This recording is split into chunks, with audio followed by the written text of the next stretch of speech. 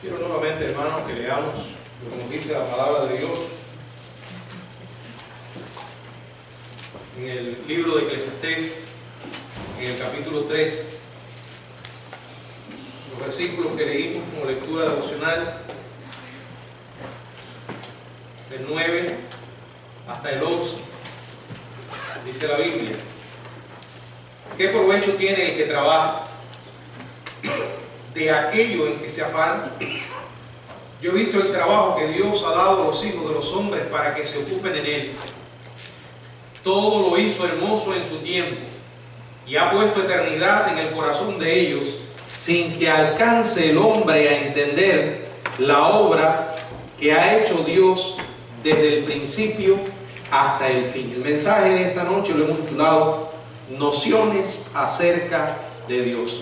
Oremos. Padre, gracias por la oportunidad de traer tu palabra. Estamos en esta hora poniéndonos en tus manos para que tú nos guíes, Señor. Habla en nuestras vidas, en el nombre de Jesús. Amén. Bueno, Salomón había estado analizando el tiempo con todas sus experiencias propias de la naturaleza humana, como en cada momento hay una experiencia diferente. La idea es que aún en medio de aquellas experiencias que desde la perspectiva humana parecen ser negativas, la mano de Dios está. Nuestro Dios es un Dios involucrado en el escenario humano. Él no creó el mundo y se alejó de manera indiferente. Dios creó al hombre y mantiene una relación íntima con sus hijos y con toda experiencia humana. Dios es soberano, y cuando decimos que Dios es soberano es que Él gobierna, que no hay cosa que pueda suceder sin que Él lo permita. Su mano está ahí. Dios lleva adelante su propósito. Ahora, nosotros en el aquí y ahora nos cuesta muchas veces trabajo entender el propósito de algunas experiencias, específicamente la labor típica del ser humano, el trabajo. Sabemos que el trabajo fue dado por Dios al ser humano. Como dije, no fue consecuencia del pecado. El hombre trabajaba antes de pecar. Lo que vino como consecuencia del pecado fue el agotamiento, la fatiga. Dice Salomón en el verso 9, hace esta pregunta: ¿qué provecho tiene el que trabaja de aquello en que se afana? O sea, la pregunta es correcta. La pregunta es correcta. Si Dios controla todo, si Dios controla las cimas y también los valles de la vida, si nada puede escapar de ese control, ¿cuál es el propósito de lo que hago, de mi trabajo? ¿Por qué debería usted y yo levantarnos en la mañana y llegar al trabajo a tiempo? ¿Por qué? ¿Qué propósito hay en lo que hago? ¿Por qué lo hago y para qué lo hago? ¿Está realmente la mano de Dios en esto? Bueno, hay tres ideas que me gustaría compartir rápidamente con ustedes que aparecen en estos versículos. La primera es que el plan de Dios es bueno. Dice el verso 10 y verso 11: yo he visto el trabajo que Dios ha dado a los hijos de los hombres para que se ocupen en él. Y dice el 11, la primera parte: todo lo hizo hermoso en su tiempo. En segundo lugar, vamos a ver que el propósito de Dios es claro. Dice la segunda parte del verso 11: ha puesto eternidad en el corazón de ellos. Y en tercer lugar, su programa es misterioso. Dice el verso 11, la tercera parte: sin que alcance el hombre a entender la obra que ha hecho Dios desde el principio hasta el fin. Primero, el plan de Dios es bueno. Vuelvo a leer, verso 10: yo he visto el trabajo que Dios ha dado a los hijos de los hombres para que se ocupen en él.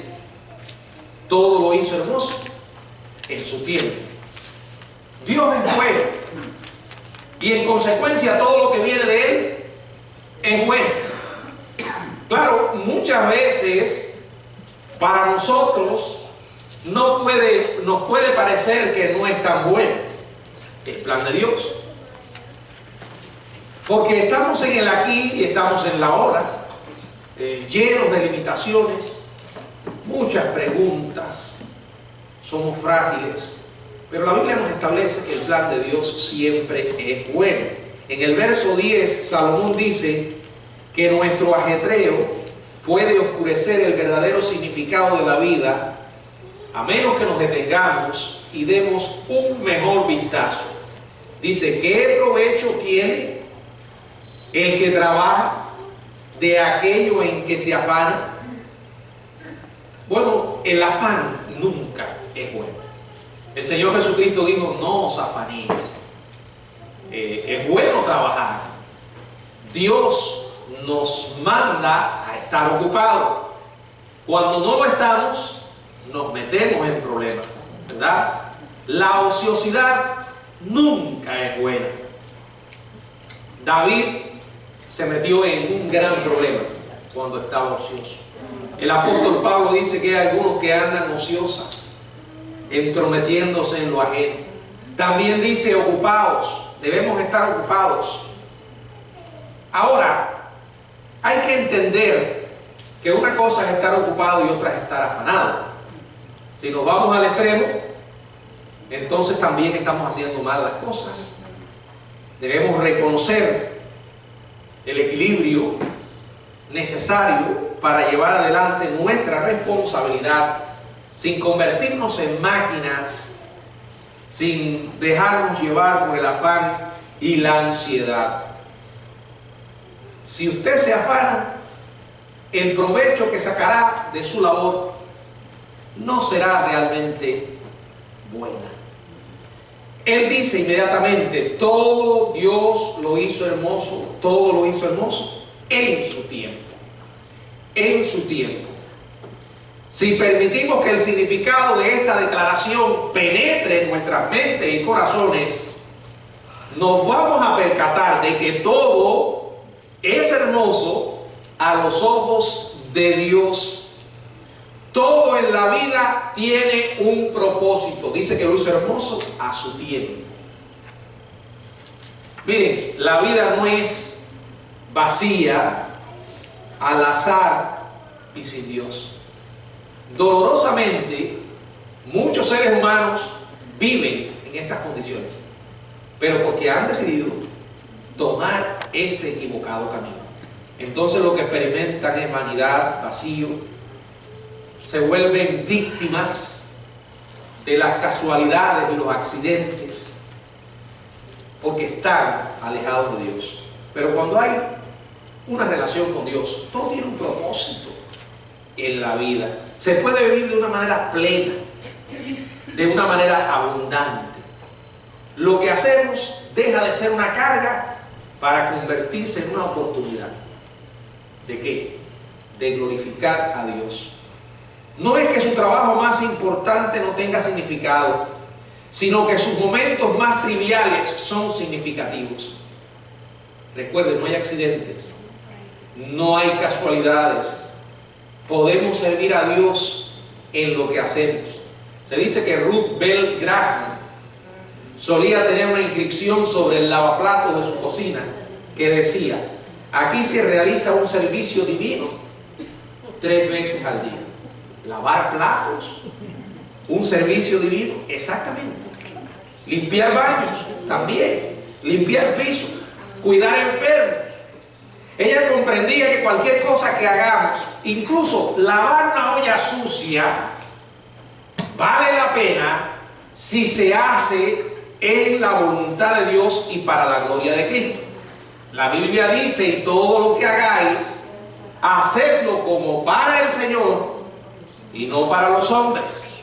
Puede ser que usted lo que ve es un jefe antipático, desagradable, pero trate de mirar más allá. Busque una oportunidad para honrar el nombre de Dios en lo que hace. Y entonces todo comenzará a tener sentido y propósito. ¿Qué provecho tiene el que trabaja? Pregunta Salomón. Bueno, mucho provecho si realmente lo hacemos para Dios.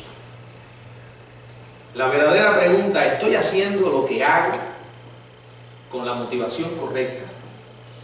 ¿Estoy mirando mi trabajo como un ministerio? ¿Alguna oportunidad tengo de servir? ¿Estoy glorificando el nombre de Dios con lo que hago?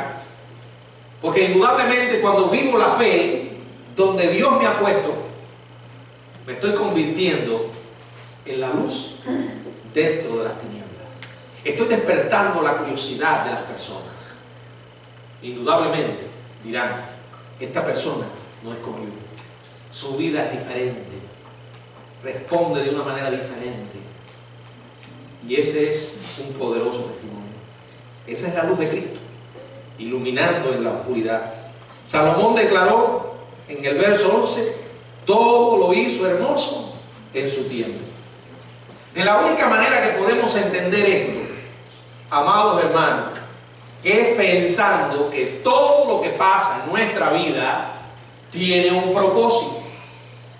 He dicho otras veces y repito de nuevo, nada llega a nosotros sin que Dios antes lo haya previsto y haya dado su aprobación. Llegó porque Él lo permitió. No fue que se escapó al control de Dios por unos minutos y ahora eres víctima de una tragedia. Es probable que no entendamos muchas de las cosas que nos ocurren. Como vamos a ver en el tercer punto, que llegaremos allí, su programa muchas veces es misterioso. Ahora, para poder entender esto de que todo lo hizo hermoso en su tiempo, hay que ver un propósito en cada cosa. Dios lo hace hermoso en su tiempo. Yo diría que este versículo del Antiguo Testamento es el homólogo de Romanos capítulo 8, verso 28. ¿Se acuerdan qué dice? Y sabemos que a los que aman a Dios, todas las cosas le ayudan a bien. Ahora, no tenemos problemas para conectarnos con esta verdad en los buenos momentos, ¿verdad? Lo aceptamos con una facilidad tremenda. Las cosas nos están marchando de maravilla. Y recitar este versículo se nos escapa con toda facilidad. Pero lo que distingue a un verdadero cristiano es su capacidad para aplicar esta verdad en los momentos desagradables que forman parte de nuestra experiencia humana y que, por cierto, son muchos. Por ejemplo, cuando las jóvenes parejas se casan, o sea, se enamoran primero y luego se casan, están convencidas de esta verdad del verso 11. Todo lo hizo hermoso en su tiempo. El amor y el matrimonio. Sin embargo, 10 años después, cuando los pequeños le van pisando los dedos de los pies, cuando hay cuentas que pagar, se ha perdido un trabajo.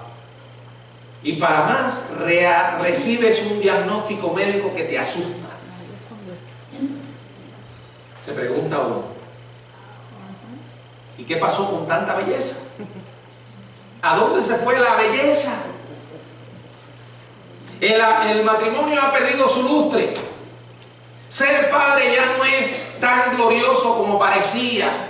Y formar un hogar es más sudor que dulzor. Hombres y mujeres abandonan sus matrimonios en tiempos como estos, simplemente porque no se dan cuenta que la presencia de Dios sigue estando en los momentos difíciles, tal como estuvo en los dulces momentos. ¿Qué concepto usted tiene de Dios? Que Dios es de los que abandona cuando las cosas se ponen difíciles, que se alegra con nosotros cuando nos está marchando bien un asunto, pero cuando se pone difícil, oh, Dios se fue, nos dejó solo. Ese no es el Dios de la Biblia, en ninguna manera. Nuestro reto es reconocer que todo tiene su tiempo, todo tiene su temporada, todo tiene su razón, y que solamente Confiar en Dios le da sentido y unidad a todo lo que nos ocurre. No solo habrá belleza en eso, porque sabemos que Dios está en medio de esa experiencia, sino también por lo que Dios está haciendo en nosotros. ¿Se ha puesto a pensar que esta estancia terrenal no es más que un tiempo de preparación para la eternidad? Dios nos está preparando aquí para vivir en la eternidad. Por eso véalo siempre, cada experiencia de la vida tiene una enseñanza. Y voy a ir más lejos, hermanos, aún aquellas que son resultado de nuestros pecados. Y como siempre digo, hago la pregunta, bueno, entonces Dios es responsable. ¡No! El responsable fui yo. Cometí un error, desobedecí, pequé. Pero aún en esa experiencia puede estar la mano de Dios. Y usted dirá, ¿de qué manera? Bueno, Dios es el único capaz de convertir una derrota, un fracaso, en una victoria. Solo Él. Cuando nos otorga su gracia en medio de una desgracia, cuando nos manifiesta su misericordia, cuando merecemos su ira.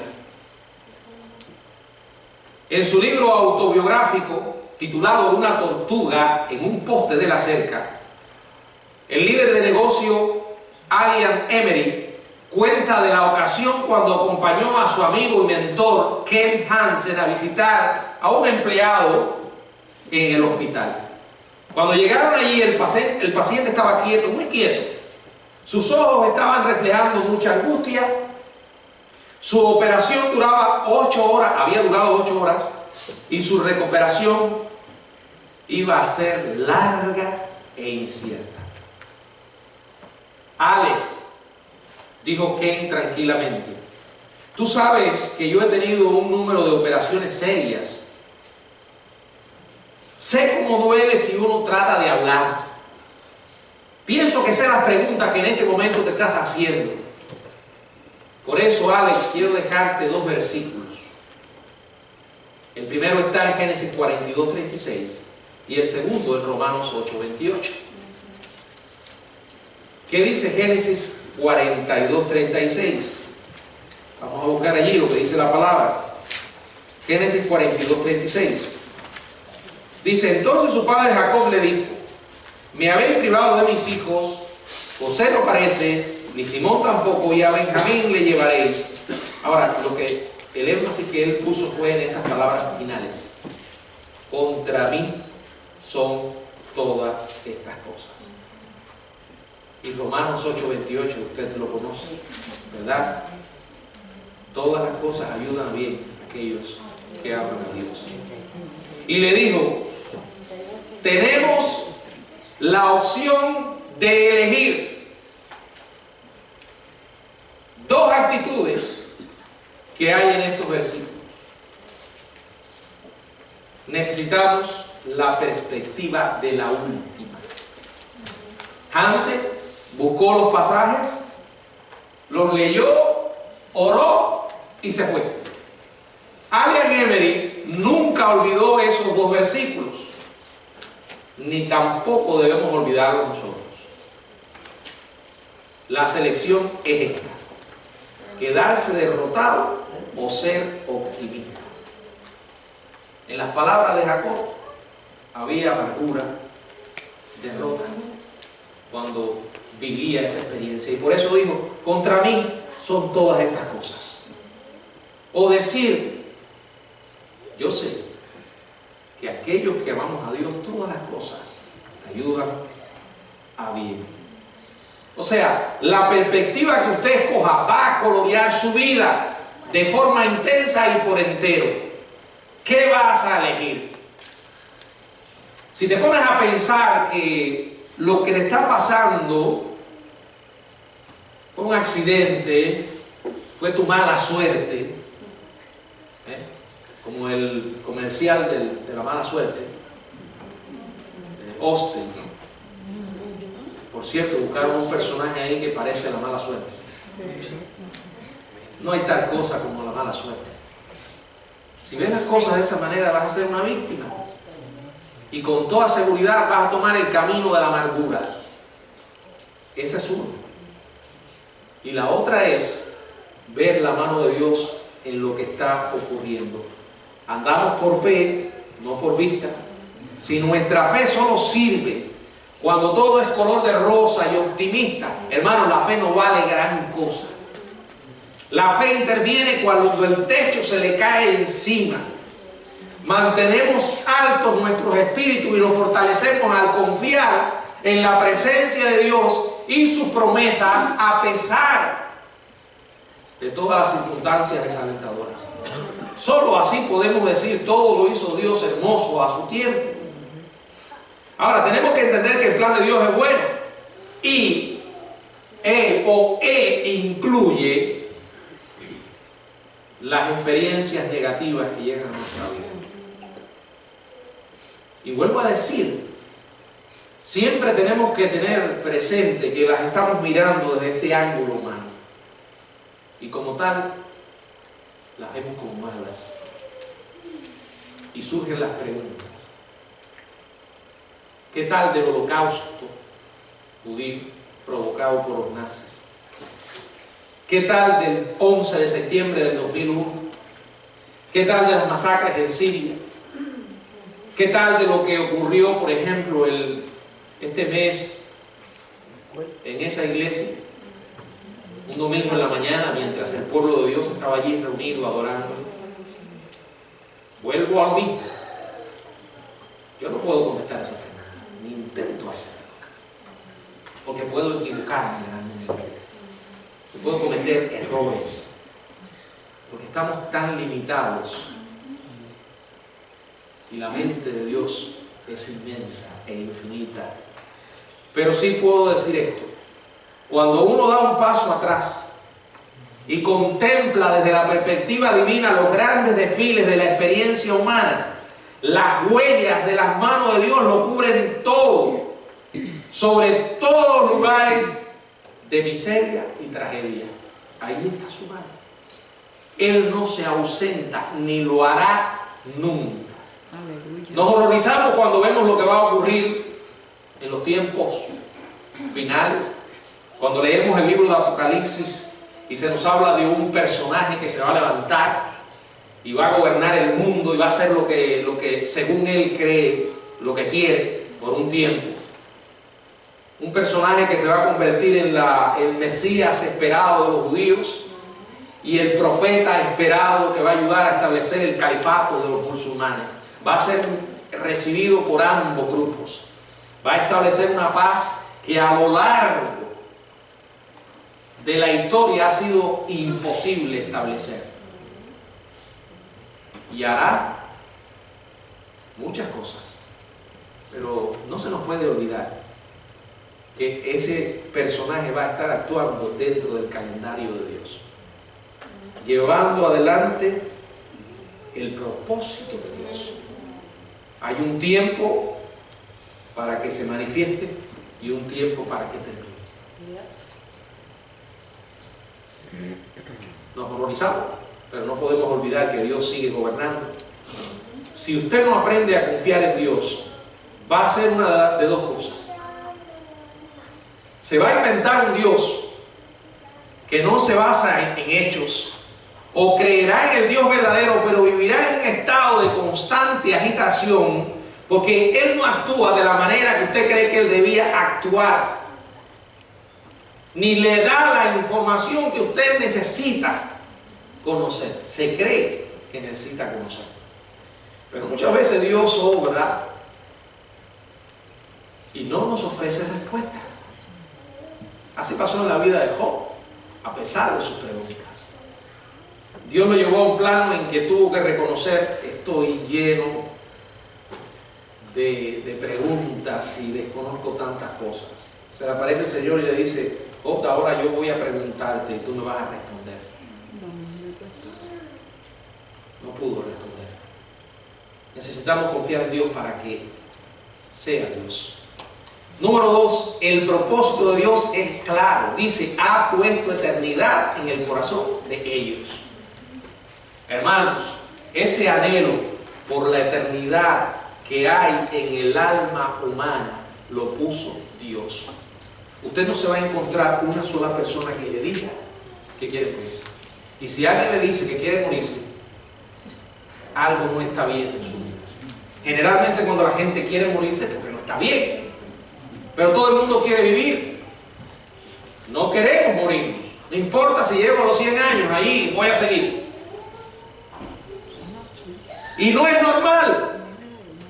Cuando la gente se enfrenta con la experiencia de la muerte, se resiste a ella. Dios ha puesto algo en nuestros corazones. Un sabor, un anhelo de eternidad que no se puede descubrir mediante las experiencias de la vida. Uno sabe algo en nuestro interior, nos dice que no todo es aquí, que hay más para el creyente y hay más para el incrédulo. Tanto el cristiano como el incrédulo está de paso en esta tierra.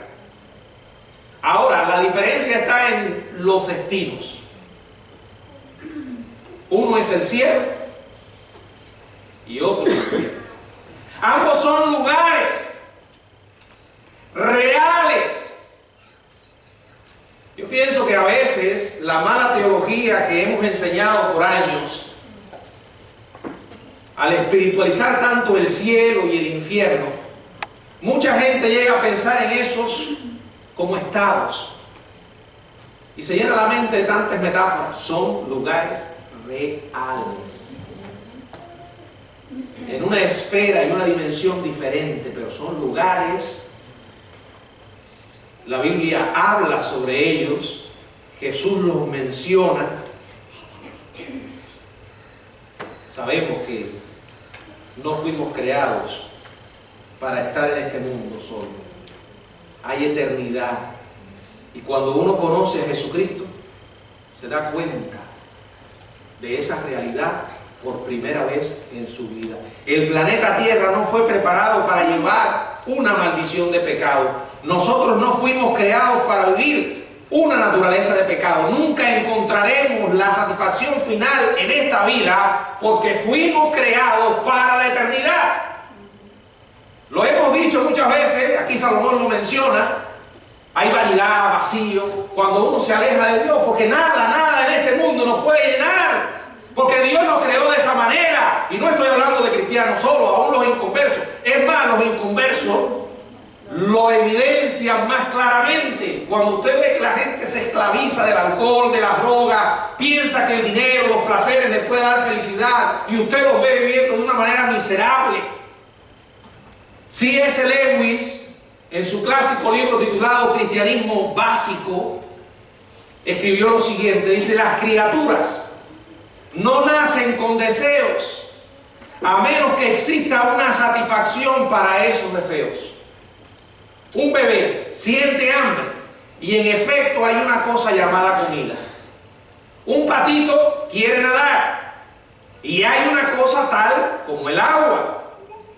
Si me hallo con un deseo que ninguna experiencia de este mundo puede satisfacer, la explicación más probable es que fui creado para otro mundo. Si ninguno de mis placeres terrenales lo satisface, eso no prueba que el universo es un fraude. Probablemente los deseos terrenales nunca tuvieron el propósito de satisfacerlo, sino solamente avivarlo para sugerir la cosa real. La eternidad nos dice, ese anhelo por la eternidad nos dice que no fuimos creados para esto. Yo me pregunto si San Agustín, o Agustín, mejor, tenía esto en mente cuando escribió: no nos has hecho para ti. Escribió: nos has hecho para ti, y nuestros corazones no tienen descanso sino cuando aprenden a descansar en ti. Bueno, esta frase expresa la misma idea de Eclesiastés. no vamos a experimentar descanso pleno, sino cuando entremos en el reino para el cual fuimos creados, la eternidad con Dios. Y ese reino tiene un solo camino, y ese reino tiene una sola puerta, y tiene una sola llave: Jesucristo. La fe en Él, la fe en Él. Otra vez quiero leer las palabras de Lewis cuando dice: nuestro Padre Celestial ha provisto muchas posadas deliciosas para nosotros a lo largo de nuestra jornada, pero Él ejerce gran cuidado para que no cometamos el error de pensar que alguna de ellas es nuestro hogar. Al hacer estas paradas a lo largo del camino, solo podemos preguntarnos sobre las mansiones que Él está preparando para nosotros. Él dijo: voy pues a preparar ¿qué? Lugar para vosotros. Dice así. ¿Cómo dice exactamente ese versículo? Tal vez yo voy pues a preparar morada.